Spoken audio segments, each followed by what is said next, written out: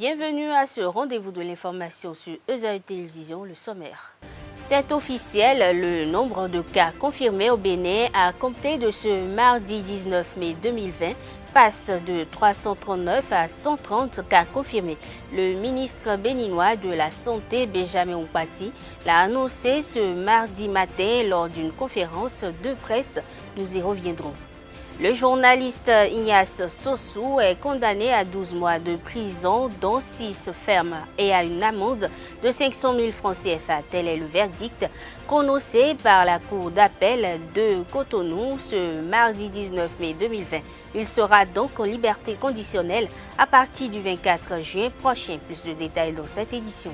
Les apprenants de l'école primaire publique Kokokodji Jardin ont eu droit à une séance de sensibilisation ce lundi 18 mai 2020 sur le port de masques et de protection contre le coronavirus, une initiative de la Fondation Abaké.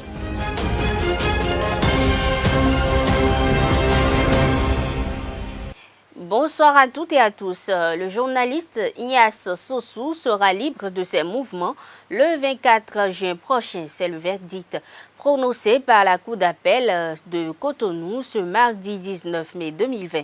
Condamné auparavant à 18 mois de prison ferme, sa peine avait été d'abord réduite à 12 mois de prison ferme, puis désormais à 12 mois de prison, dont 6 ferme et une amende de 500 000 francs CFA. Autrement dit, il passera les 6 autres mois en sursis. Il faut préciser que cette réduction est intervenue suite à un recours déposé après sa condamnation. Compte tenu des indicateurs de l'Organisation mondiale de la santé, le nombre de cas officiellement confirmés au Bénin à compter de ce mardi 19 mai 2020 passe de 339 à 130 cas confirmés. L'annonce a été faite dans la matinée de ce mardi par le ministre de la Santé au cours d'une conférence de presse. En effet, selon les indications de l'OMS, les cas asymptomatiques ne sont pas considérés comme malades et que seuls les tests réalisés à la PCR sont à considérer. Plus de détails avec le ministre de la Santé, Benjamin Oupati. Depuis lors, le gouvernement a développé une stratégie de riposte sanitaire en multipliant la mise en place de laboratoires et de centres de prise en charge dans tous les départements du pays. Par ailleurs, le gouvernement a fait l'option d'un dépistage massif au niveau de certains groupes cibles exposés, reposant sur 2 types de tests de dépistage que sont le test de diagnostic rapide, consistant en une recherche dans le sang des anticorps attestant d'un contact avec le virus, avec un résultat qui est obtenu au bout de 10 à 15 minutes.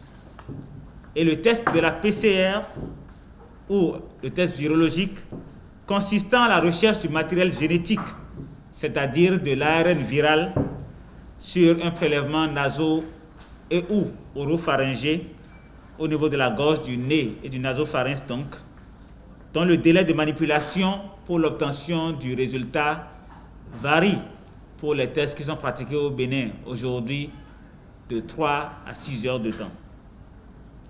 L'Organisation mondiale de la santé, organe officiel mondial en charge des questions sanitaires, ne reconnaît pour le moment comme cas positif confirmé que ceux issus des tests réalisés avec la PCR.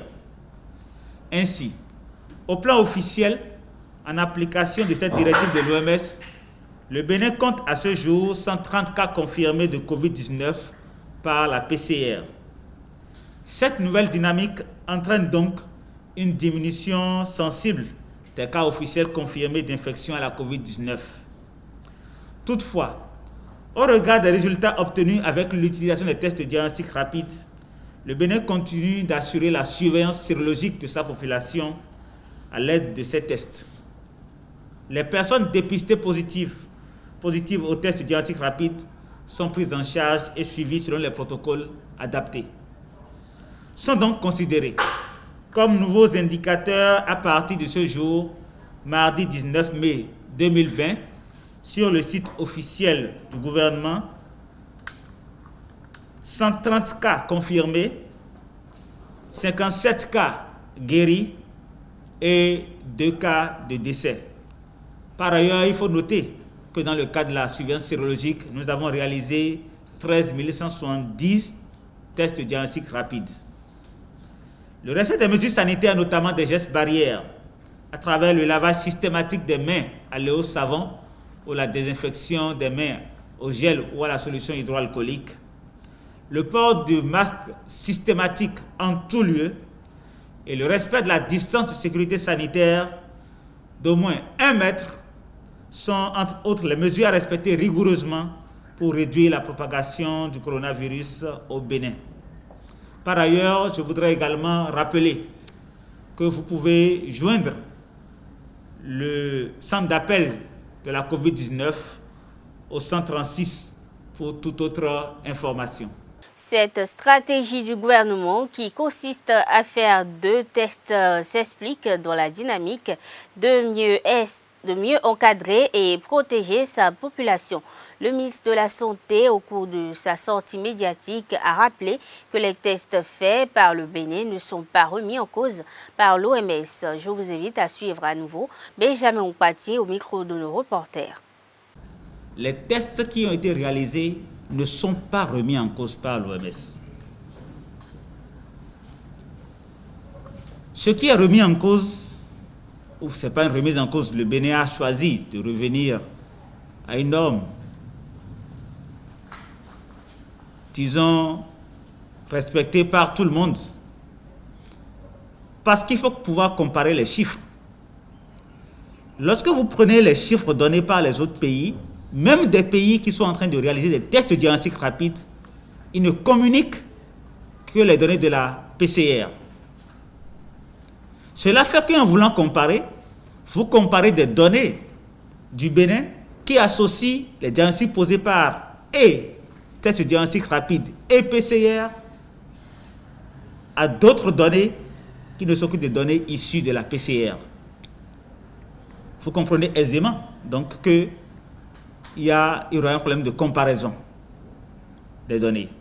La deuxième chose fondamentale, l'OMS ne met pas en cause les tests diagnostiques rapides.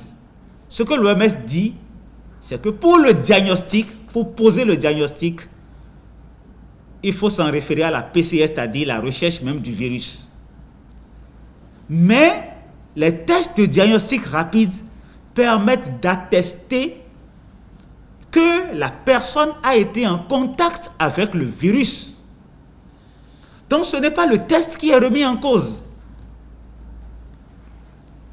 Et en ce qui concerne ces tests diagnostiques rapides, en fait, le Bénin a fait l'option de les utiliser comme moyen de diagnostic parce qu'il faut se référer à l'interprétation de ces tests.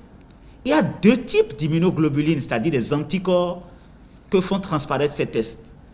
Il s'agit des immunoglobulines M et des immunoglobulines G.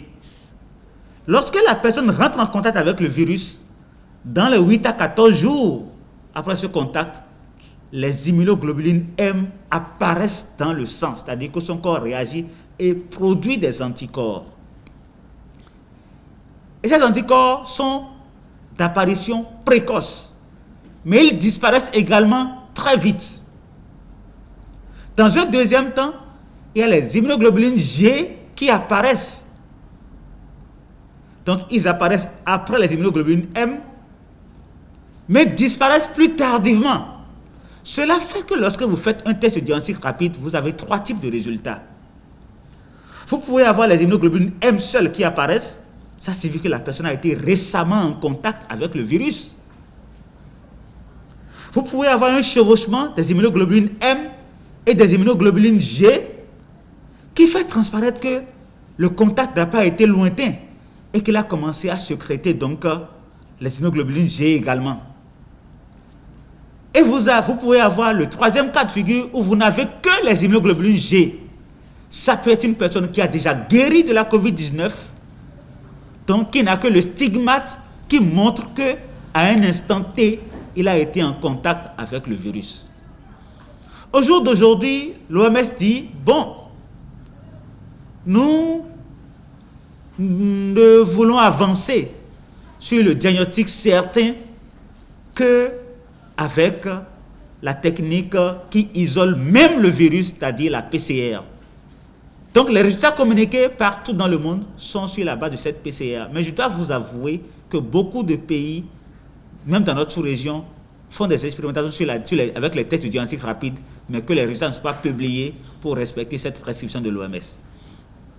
Donc, les 339 qui étaient communiqués par le gouvernement du Bénin associaient aussi bien les tests de diagnostic rapide, les tests de diagnostic rapide, que les résultats des PCR.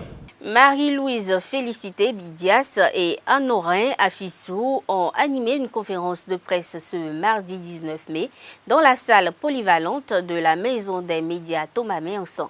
Chaque conférencier a présenté son enquête au sujet de la corruption dans le transport routier et la gestion des gares routières. Il s'agit de la phase 1 du projet pour des médias plus professionnels initié par la Maison des médias et financé par l'OSIWA. Le compte-rendu est signé Carles Kitome, Jean-Didier Esseka. L'enquête intitulée « Gares routières au Bénin, des taxes abusives collectées en toute impunité » réalisée par la journaliste Marie-Louise Félicité Mbidia dans le cadre du projet pour des médias plus professionnels a été présentée par son auteur à la Maison des médias ce 19 mai 2020. Un jour, l'année dernière, j'ai rencontré des transporteurs de véhicules qui se plaignaient d'une corruption existant à leur sein.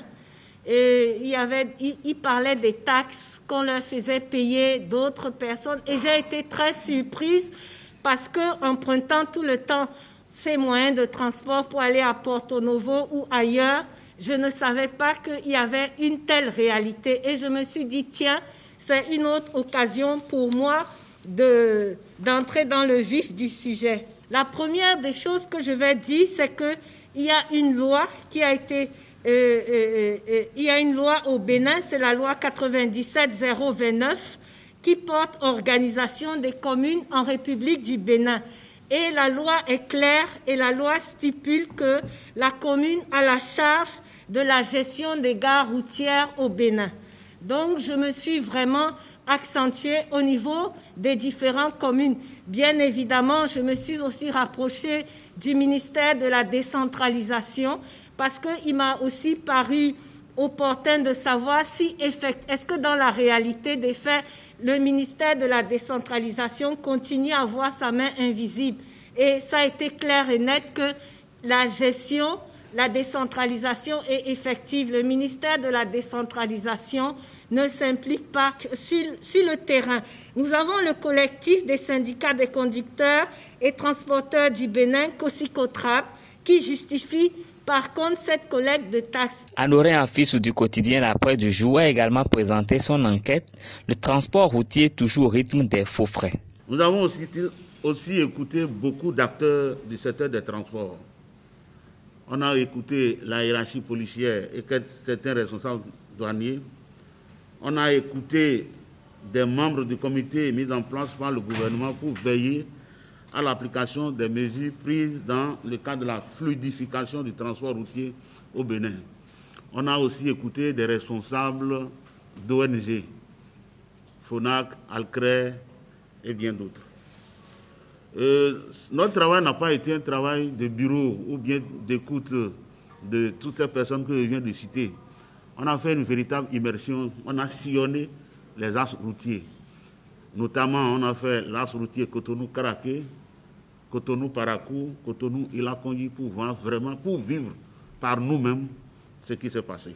Le projet pour des médias plus professionnels se poursuit. De nouveaux dossiers seront bientôt présentés pour le compte de la phase 2.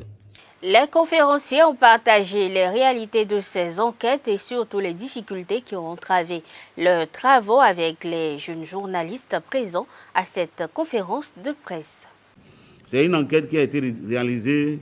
Comme toute autre enquête, il y a quand même de petites difficultés. Ici, je ne voudrais pas revenir sur les difficultés liées au rendez-vous manqué, ça c'est clair. Ce n'est pas au premier coup, au premier essai que vous allez au contact d'une source et puis vous trouvez la source. Non, ce n'est pas évident. Il faut aller plusieurs fois. Et la principale difficulté, c'est celle qui est liée aux conditions dans lesquelles le travail a été fait. Je vous ai dit tantôt que j'ai sillonné 3 grands axes. Cotonou-Karaké, Cotonou-Lakonji et Cotonou-Parakou. de nuit comme de jour, avec tous ces risques. Et puis, le confort qui n'était pas du tout ce qu'il fallait dans les taxis que j'avais empruntés pour. Mon article a suscité beaucoup de réactions. Et je voudrais juste vous signaler quelques réactions fortes. Là, une des réactions fortes qui m'a paru opportun de dire, c'est que le maire de Cotonou, le 10 février 2020, a signé un arrêté municipal portant interdiction de recouvrement de ces tickets des syndicats de conducteurs. Donc aujourd'hui, dans toute la ville de Cotonou, au niveau des différentes gares routières, il n'y a plus du tout paiement de ces taxes, des cotisations syndicales. De même, il y a eu beaucoup de réunions de la police républicaine à Porto Novo au niveau de Sémé-Podi. Je vous ai dit que là-bas, c'est carrément l'effervescence. Ensuite, il a été aussi signifié que de plus en plus, beaucoup de maires sont en train d'essayer de mettre fin à ces cotisations syndicales. Il y a Boïkan qui l'a fait, il y a la commune d'Igolo. Et au niveau d'Abomey-Calavi, le maire d'Abomey-Calavi a suspendu. Il y a un arrêté qui veut tout réorganiser. Donc, en conclusion, je précise que mon enquête n'a pas du tout été facile. Elle a été vraiment très difficile. Beaucoup de gens ont tenté de me dissuader parce que je suis tombée dans le terreau de la corruption et tout, mais nous avons persévéré. Et nous avons aussi beaucoup de difficultés au niveau de rencontrer les responsables, les élus locaux au niveau de Sémé-Podi. Évidemment, comme prétexte, c'était aussi que l'affaire était déjà en justice. Abakès Foundation continue ses œuvres de solidarité et de charité en cette période de Covid-19. Les bras chargés, Sherita Walter, la coordonnatrice nationale, et ses collaborateurs ont rendu visite aux pensionnaires du centre d'accueil et de protection d'enfants Maison Fifamé d'Alada et du centre Vidjei, les Archanges de Décamé, dans la commune de Pomosé le samedi dernier. Récit de la tournée avec Larius Adja. Engagé dans la lutte contre le coronavirus, Abakès Foundation n'oublie pas sa principale vision, celle de chérir les enfants dans un monde innocent. Les émissaires de la présidente Abakès Assongba de Rosa sont allés porter assistance à des âmes innocentes dont s'occupent les sœurs de Saint-Augustin dans le département de l'Atlantique. À Alada, Sherita Walter, la coordinatrice nationale de la fondation et ses collaborateurs ont fait don de vivres, riz, huile et pâtes alimentaires au centre d'accueil et de protection d'enfants, Maison Fifamé, et distribué à ces 26 pensionnaires, tous orphelins de naissance, des masques en tissu lavable. Tout ce que vous faites à l'un de ces petits, c'est à moi que vous le faites. Chers parents, soyez bénis par le divin Fils de Dieu pour votre amour, votre gentillesse et votre délicatesse envers nous. Nous vous remercions énormément aussi de tout notre cœur pour votre soutien et affection et vos dons en espèces. Nous sommes vraiment contents de vous accueillir chez nous et chez vous.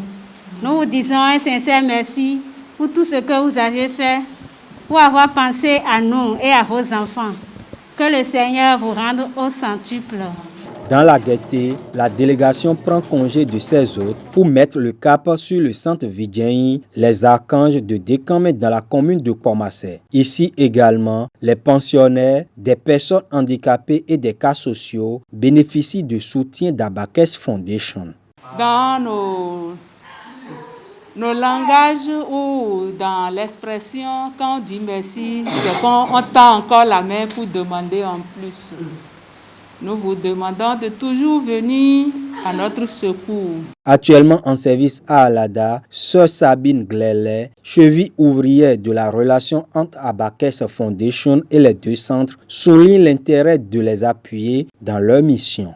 Si là-bas, nous avons l'handicap très lourd, ici, nous avons des enfants qui ont besoin de beaucoup d'attention, beaucoup d'affection pour leur éducation, leur instruction et pour qu'ils puissent être dans la société des gens sur qui on peut compter. et je compte sur la Fondation Abaké. Les responsables de la Fondation réitèrent l'engagement à mener des actions désintéressées pour le bien-être des différentes couches de la population. Notre journée s'arrête ici, mais par nos distributions de masques, par l'aide qu'on porte à la population. Comme je le disais déjà la dernière fois, c'est ensemble qu'on va y arriver. Nous allons gagner sur le Covid-19. Je tiens à vous repréciser que cela est fait dans la dynamique de pouvoir soutenir nos populations contre la propagation du coronavirus Covid-19. Ce sont des actions purement apolitiques. Vous savez bien et bien qu'une fondation est apolitique et donc il urge véritablement de préciser cela.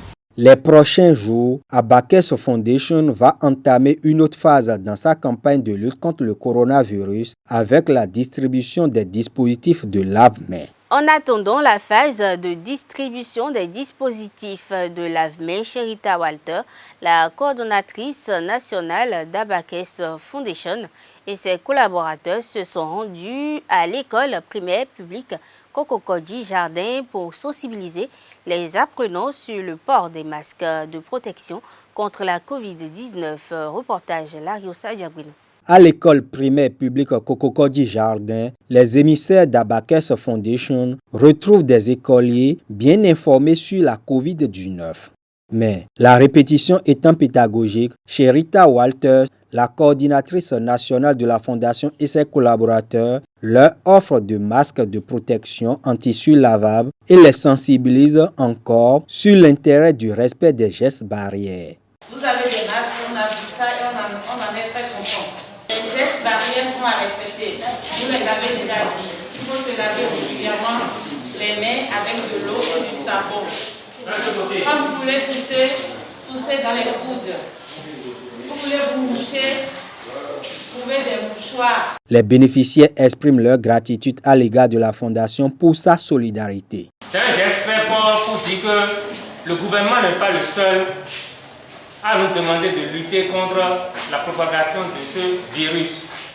La Fondation est en train d'emboîter les pas au gouvernement pour que la population reste toujours en bonne santé. Donc on dit merci à la Fondation Abakes. Je voudrais vous remercier, vous, la Fondation d'Abakes, pour ce que vous nous faisiez contre le coronavirus. Je vous dis à l'ONG un grand merci.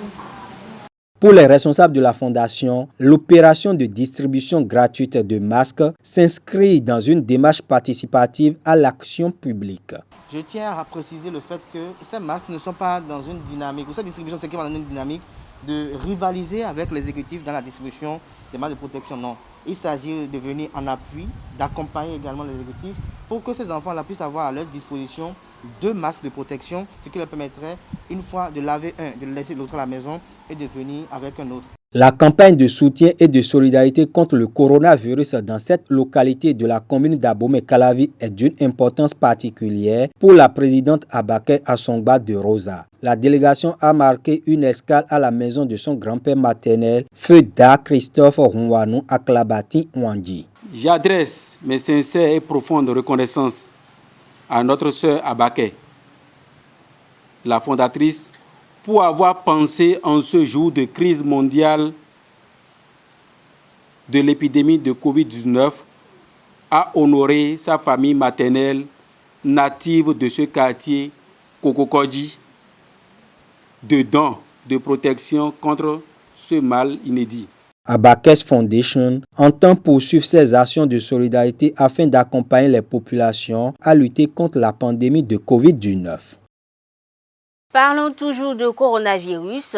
Pour conjurer cette pandémie au Bénin, l'analyste en divination Sylvain Kwasi demande à l'État d'appeler les Vaudounos pour qu'ils aillent consulter le Vaudou Sakpata afin que la divinité puisse leur donner des prescriptions et rites à faire. Suivons-le au micro de Jacques Maouillot d'Almeida. Sur le plan mystique, on peut dire quoi? Les virus, nos ancêtres ont créé des virus. Ça va le faire aussi. Nos ancêtres comme pensaient, tous nos divinités sont des virus. C'est la chichique. Le Sakpata, c'est le virus. Le Sakpata, c'est la trace. La trace, c'est une pastille de charbon qui est un virus, qui a les mêmes symptômes que le corona, qu'on peut fabriquer en laboratoire. Mais quand nos grands-pères ont fabriqué le Sakpata, le virus de Sakpata, qu'est-ce qu'ils ont fait? Ils l'ont mis dans un enclos. Ils ont créé des rites pour l'apaiser. Donc des rites d'adoration, des rites d'apaisement. Mais quand le Sakpata envahit un pays, un village, qu'est-ce qu'on fait? Des rituels. Mais aujourd'hui, est-ce que nos Boukonos, si on fait ce rituel, l'État doit inviter les temples de Sakpata. Les vrais temples de Sakpata au Bénin, les temples de Sakpata du Bénin ne parlent pas. Le Sakpata béninois ne parle pas. Il fallait encore payer gain. Les vaudous gains qui parlent. Donc il faut le chevauchement. Il faut que l'esprit de Sakpata, on doit l'évoquer, il faut qu'il possède ces adeptes. Et les adeptes feront des vraies révélations. Comment apaiser la divinité Sakpata qui envahit l'humanité? Quelles sont les recettes qu'on peut aujourd'hui faire guérir le corona? Les divinités qui doivent dire ça. C'est pour ça qu'ils doivent le dire. Ce n'est pas les humains, ils ne savent pas. Aujourd'hui, on parle de la plante. C'est limité. On parle de la plante, c'est limité. Il faut aller plus loin. Et plus loin, personne ne veut aller. Parce que tous les Africains sont comme des Blancs aujourd'hui. Tout le monde est rationnel. Tout le monde fonctionne avec la raison. Mais et dans cette raison, les Blancs sont plus forts. Ils ont des instruments, ils ont tout ce qu'il faut, ils ont la technologie, nous on n'a rien. Nous, on ne fait que répéter. Aujourd'hui, quand on fait, on répète. Tout ce que les Blancs disent demain matin, en Afrique, on répète. On le répète sans les moyens. Les Blancs disent des choses et apportent le moyen social. Les aides dans le peuple. Nous, c'est pourquoi on impose la loi aux gens, mais sans les moyens, sans les accompagnements. C'est ça qui est dramatique. Voilà. On voit un peu ce que c'est. Et puis, Saka parle de Sakpata. Quand on prend un signe de phare, les deux indices aujourd'hui, c'est ça, le cas. Le Saka donne quoi en cachette? Dans le moulin, il parle de Sakpata déjà. Saka parle de quoi? Sakpata parle d'une couleur, la couleur blanche, la couleur du Garéré. Sakpata se base sur la couleur du multicolore. Comme la pentade qui est des pointillés, comme la poule troupin. Voilà, donc c'est plusieurs couleurs ensemble. Mais Saka dit que la couleur blanche, qui est l'auteur de ce mal, va perdre au détriment de la couleur du Garéré. C'est tout ce que Saka dit. Mais il faut aller plus loin. Il faut aller plus loin pour voir que quand les Sakpata envahissent le monde, nos villages, nous disons qu'est-ce qu'on ne doit pas faire? Après l'étude d'apaisement, qui prend le mal? Qui absorbe le mal? C'est la mer, c'est l'océan. L'océan est la mer des virus. Et c'est l'océan qui mange tous les virus. C'est parce que les Blancs le savent. Quand tu quittes, aujourd'hui, c'est parce que nos plages, à cause des matières fécales, parce qu'on n'a pas de latrines, qui sont polluées, il faut trouver des vrais pêcheurs pour aller au fond de la mer. Le fond de la mer, l'eau de la mer, quand on le prend, bien tamisé, bien propre, quand tu prends des petits verres de madère, un matin, un soir, tu as la longévité. Ça te détruit tous les virus. C'est les sels minéraux, c'est les 12 sels minéraux. Donc c'est les 12 sels minéraux qu'il faut à l'humanité aujourd'hui. C'est un complément alimentaire pour soigner ce mal. C'est tout. Il faut les 12 sels minéraux et c'est la mer pour ça. C'est parce que nos grands-pères, avec cette pandémie de Sakpata, de virus, c'est la mer qui prend tout. Allons vers la mer, allons vers l'océan mondial. C'est la mer qui entoure la terre. Et tous les jeunes sont dans la mer. Mesdames et messieurs, c'est tout pour cette édition. Merci de l'avoir suivi. À demain.